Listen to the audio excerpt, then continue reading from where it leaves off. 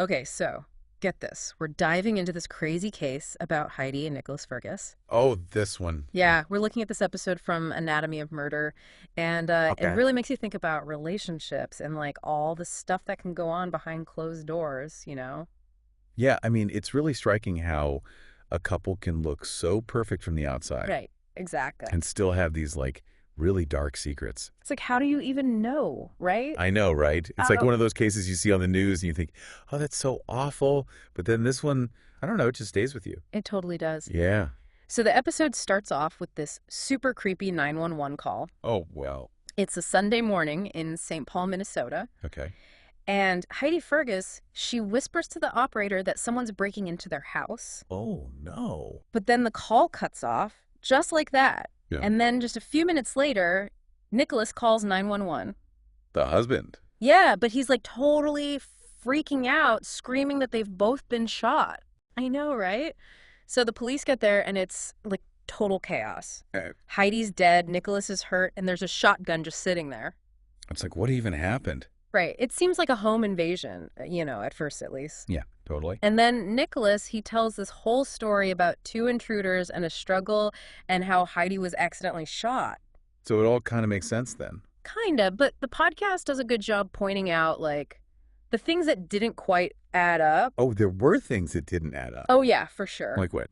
So one of the first weird things was that they were supposed to be moving the very next day because of a foreclosure. Oh, wow. But the thing is, neither of their families knew anything about it. So they were being evicted Yeah, basically. and no one knew.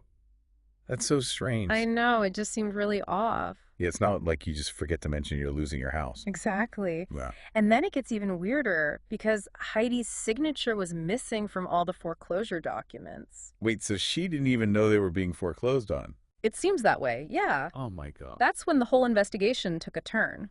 Really? Yeah, they started thinking maybe this wasn't a home invasion at all. Oh, wow. They started looking into the possibility of financial domestic abuse. I haven't heard that. It's basically when one partner uses money to control the other.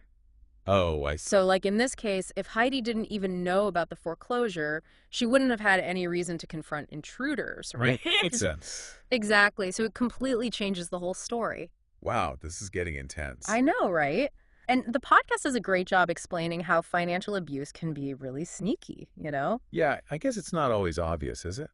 Not at all. It can be like controlling bank accounts, making all the money decisions, even sabotaging the other person's job. Wow, I never thought about it like that.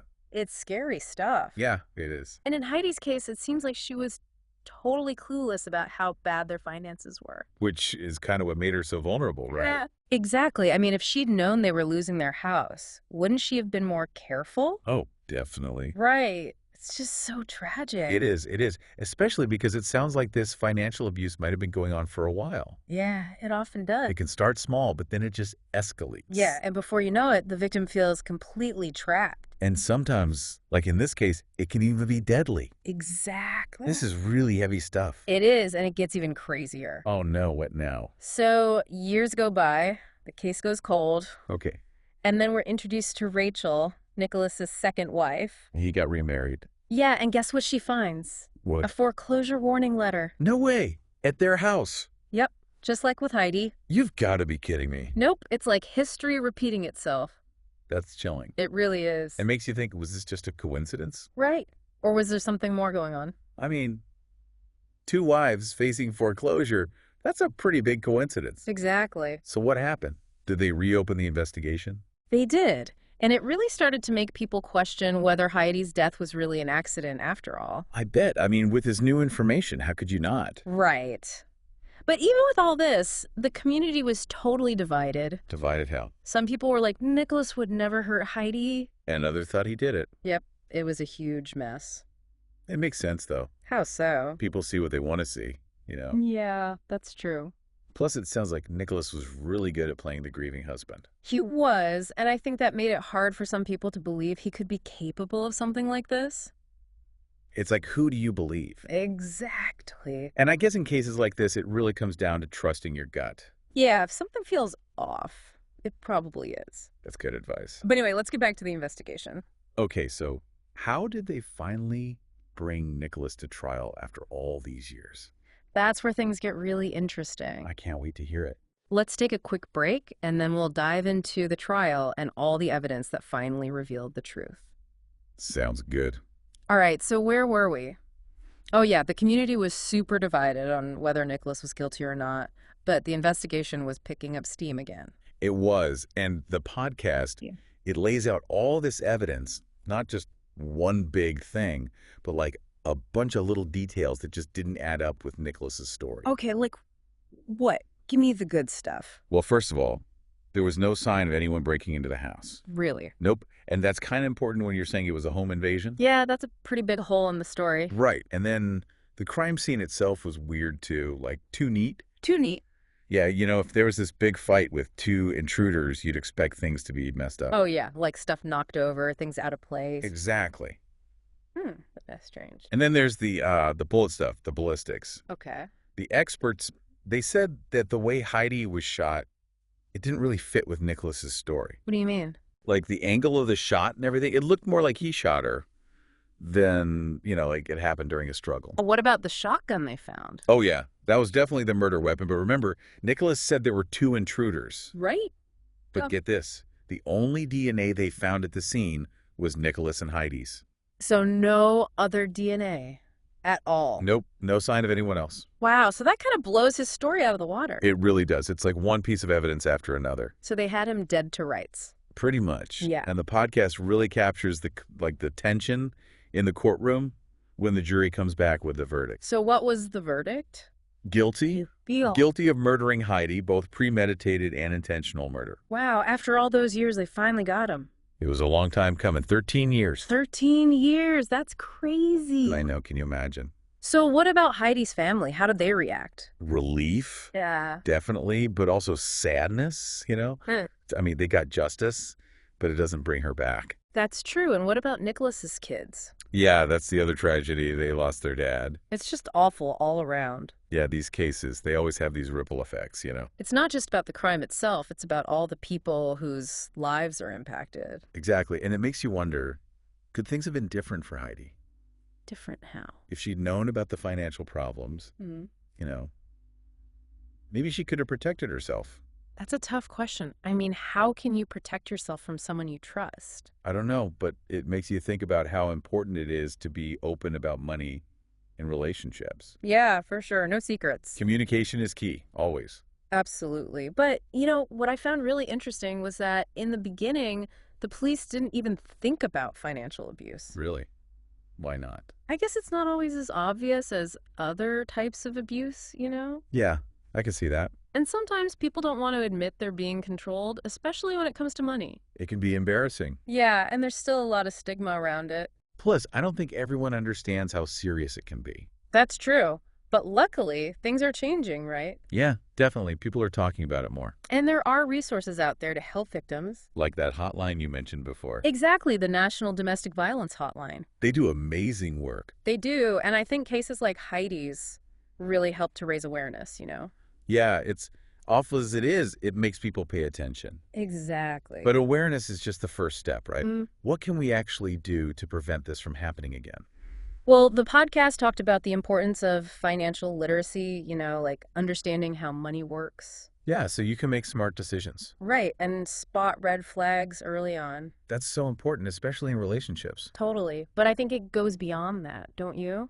Like, what do you mean? We need to make it okay to talk about money openly. Yeah, no more secrets. Right. It should be normal to talk about finances with your partner, your family, even your friends. Totally. And we need to teach our kids about money, too. Absolutely. Financial education is key. It's about empowering people, Exactly. And Yeah. breaking down those taboos. Like, it shouldn't be shameful to talk about money problems or to ask for help. Right. It's about creating a culture where everyone feels comfortable discussing these things. I like that, a culture of openness. Yeah, where financial well-being is a priority. And where victims of financial abuse feel safe coming forward. Absolutely. So it's not just about individual responsibility, it's about societal change, too. It's about creating a system that supports everyone.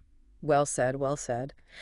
But before we get too deep into that, I want to talk about the detective who finally cracked the case, Sergeant Nikki Sipes. Oh, yeah. She was amazing. She was, I mean, to take over a cold case like that and actually get a conviction. That takes serious skill. It does. So what does she do differently? Well, she had the advantage of time, you know. What do you mean? Years had passed. New information came out, like with the second wife. Oh, yeah, Rachel. Right, so she could see the bigger picture. I see. So it wasn't just about finding new evidence. It was about looking at the old evidence with fresh eyes. Exactly. And she also, like, really learned about financial abuse. Which wasn't as well known back then. Right. And that gave her a whole new perspective on the case. So she was able to connect the dots that others had missed. Pretty much. And she wasn't afraid to challenge the original assumptions about what happened. Which is so important, right? You have to be willing to question everything. Definitely. And I think that's one of the big takeaways from this case. Oh, yeah, what's that? Never give up on the truth, even when it seems impossible. I love that. And this whole case, it's more than just a true crime story, you know? It is. It's about so much more. It's about resilience and courage and fighting for what's right. And about the power of one person to make a difference. Like Sergeant Sipes. Exactly. Or Rachel, the second wife. Oh, yeah. She was incredibly brave to come forward. She was. And her testimony was crucial in convicting Nicholas. It really was. And it also helped to shine a light on financial abuse, you know? Yeah, it showed people that it's not just a private matter. It can have serious consequences. And it can happen to anyone. Anyone. And that's why it's so important to talk about it. And to know the warning signs. And to support the victims. And to never, ever be afraid to ask for help. That's so important. There's no shame in reaching out. None at all. And on that note, I think it's time to wrap up this part of our deep dive into the Heidi Furkus case. Okay. But we're not done yet. We'll be right back with part 3, where we'll explore some of the bigger issues raised by this case and what we can all learn from it. Sounds good. Okay, so we've talked about the 911 call, the trial, the evidence, all that stuff. But I think there's more to this case than just what happened to Heidi and Nicholas. Oh, absolutely. This case is like, it opens up a whole can of worms about, like, relationships and how power dynamics can be so messed up. Yeah, it's not just about them, it's about a bigger issue. Right, like financial abuse can happen anywhere. It's not just romantic relationships. No, not at all. It can be with family, friends, even at work. Wow, I didn't realize that. It's about power and control. So, like, if someone's always trying to manage your money or making you feel bad about your financial decisions, that could be a sign. It could be, yeah, especially if it's like a pattern. Okay, so what else should we be looking out for? Well, the podcast mentioned a few things, like being super secretive about money. Oh, yeah, like hiding bank statements or refusing to talk about finances. Exactly, or like insisting on having total control over the accounts. That's controlling. It is, and it can be really isolating too. Right, because you start to feel like you have no say in your own life. Exactly, and that's what the abuser wants. It's all about power for them. Yeah, they want to make you dependent on them. This is heavy stuff. It is, but it's important to talk about it. So, going back to the case, it sounds like the police didn't even consider financial abuse at first. Yeah, they were so focused on the home invasion idea. Why do you think that was? Well, like I said, it can be a hidden crime. People don't always talk about it. Right, and there's still so much shame around it. Like, victims might blame themselves or be afraid to come forward. Exactly, and back then, I don't think people really understood how serious it could be. But now it feels like things are changing. They are, slowly but surely. There's more awareness, more research. And more support for victims. Like with the National Domestic Violence Hotline. Yes, they're amazing. Everyone should know about them. They really are, and cases like Heidi's help to bring this issue to light. It's like a terrible thing happened, but at least something good came out of it. Yeah, it makes people pay attention. And hopefully it'll prevent something like this from happening again. So what can we do? I mean, besides raising awareness, what are some practical steps we can take? Well, the podcast talked about financial literacy. Like knowing how to manage your money. Exactly. So you can be independent and make smart decisions. And spot red flags early on. Right. But I also think it's about communication. Okay, what do you mean by that? Like making it normal to talk about money. Even if it's uncomfortable. Especially if it's uncomfortable, because that's usually when something's wrong. That's a good point. We need to break down those taboos. Yeah, like it's okay to talk about salaries and debt and budgeting. And it's okay to ask for help. Exactly. We need to create a culture of openness and support. Where everyone feels safe talking about money. I love that. And where victims of financial abuse know they're not alone. Exactly. And that there are people who can help them. And that it's not their fault. Never their fault.